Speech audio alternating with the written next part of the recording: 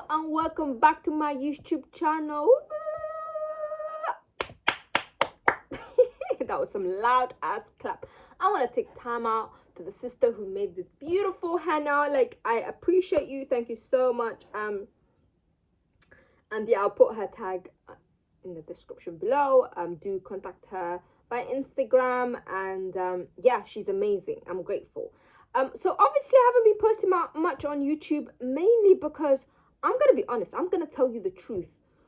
There's just so much happening. Like, how do anyone expect anyone to be like normal human and function normal? Because I have not been functioning normal. Today I tried. I did my little makeup, did my henna, did my nails and everything, and I was so looking forward to like filming a video. But unfortunately, that was not the case in the past few months. Like, what do you deal with? Do you deal with the whole justice situation with Black Lives Matter movement, or do you deal with the UK government's like handling of the COVID-19 situation? How do you deal with just so many things happening around you and still keep up with filming and editing with just sad news, people dying, people losing their loved ones, and I'm just there like, I'm not the one. I'm not that type of person.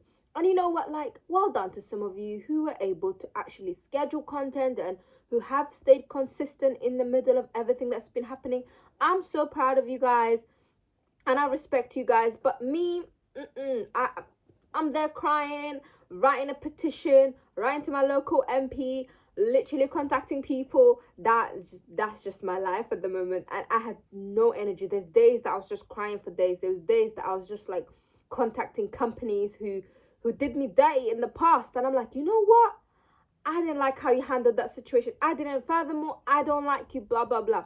So for me, it was just like life-changing experience. Almost, I think this is historical moment for almost everyone, but for me personally, as a Black Muslim woman, I just felt like this was a revelation. This was the most mind-blowing like activism work that just happened. And I have personally contributed into different movements in the past, but I just felt like with the movement of the Black Lives Matter movement, not just in America but just around the world, within the UK as well, I just took a step back because I found it so beautiful that there are so many people who are participating in making a difference and changing the world and coming out with all these initiatives to improve people's lives, and also even trying to get rid of the world people of color, and just saying, you know what, we're Black. Say Black. Say my name. Say my name.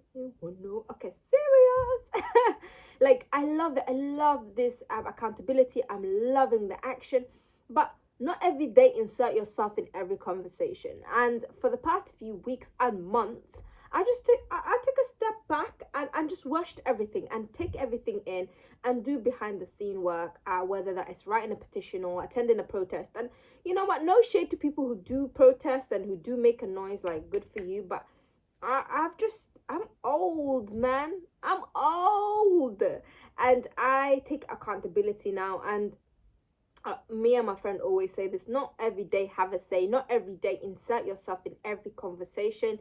And even though my main thing is activism work, I just felt like I needed to step back, and I'm glad I did. I'm glad I have just watched things to happen, and I've learned from now on I'm not going to insert myself in every conversation. It's very exhausting. And thank you. I'll pass. I'll just sit there and make changes in my own way. And yeah, that's one of the reasons why I couldn't actually do too many videos. And another reason was just emotionally, it was overwhelming to see a lot of people lose their loved ones and everything. I couldn't do it. I wish I could come and film a video, but I personally couldn't do it. And if you've managed to stay consistent, then well done to you. With the whole Jada and Will Smith situation, I'm not gonna go into it too much because that's not my style. That's not my style. But obviously a lot of people go online and idolize these relationships, and they're like, this is what a black love should look like. This is what we should all aspire to be. But I hope we've learned a lesson from this situation, that don't look into the outside world to find validation or role models, because sometimes we don't know what's happening behind the scene. And the whole Will Smith and Jada situation made it very clear that we don't know what's going on behind the scene. So yeah, let's not idolize people that we don't know and we just know through like digital and stuff like that. I don't know what's going on. I don't know what their business is, but it's just too much. And there's one thing I want to say about that whole situation. I personally don't believe in, like, you know, sticking to someone or staying together despite all that stuff that is happening. I personally believe that you should just get on with your life, find another person, and if you guys are not happy together, if you're not satisfying each other, if you're not making each other feel good, loving each other, nurturing, and you're just being toxic to each other, you're better off just minding your business. Maybe this is the Somali woman in me, but you really have, I can't personally handle things like that, and I don't believe in sticking to something just because you guys are married. Then you have to accept everything that comes with it. I don't believe that. Toxic behavior, cheating, all of these things is personally for me, it's not for marriage, you know. And if it means you have to walk away, then do that. That's my take. Another thing that I've been seeing on the timeline is a lot of quietness and hush-hushness by a lot of Muslim men influencers on social media. There has been a lot of situation where Muslim men from social media are exposed, but who are doing like something not very nice. But social media is quiet. Muslim men, social media world, they're very, very hushy hush. And I just want to know, where is your energy? When sisters put their hijab in a different direction, or they change the hijab color that they're wearing, you're quick to make videos. You're quick to come on social media and chat shit. But now that it's about you guys, you is quiet. Why are you quiet?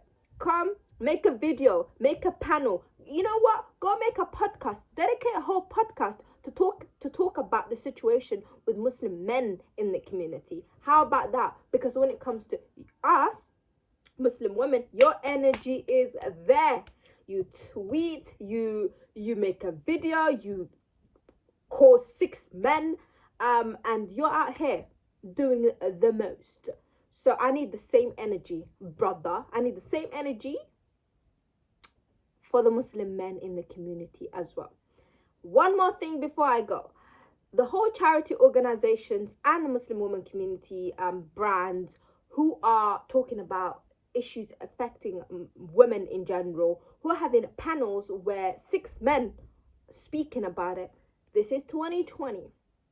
Do your research. Find Muslim women who are educated in those fields and get them to come and join the panel. Because what you're not going to do in 2020 is have a panel of 6-7 men talk about women issue. That's not on. That's unacceptable. There are women who are qualified from almost every field. If we get into Muslim women, there are also Muslim women who are qualified in every single field. You just are lazy to do your research. You didn't take the responsibility. And you know what? You proudly made a poster.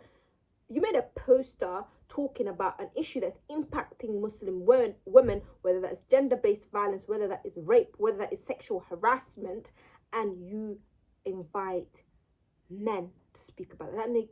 That made me feel so uncomfortable and is lazy, and we should call them out. We should at them. We should say something and make sure when there's an organization or an individual who try to do things like that, we're out there posted, waiting for them to even post so we can get posted.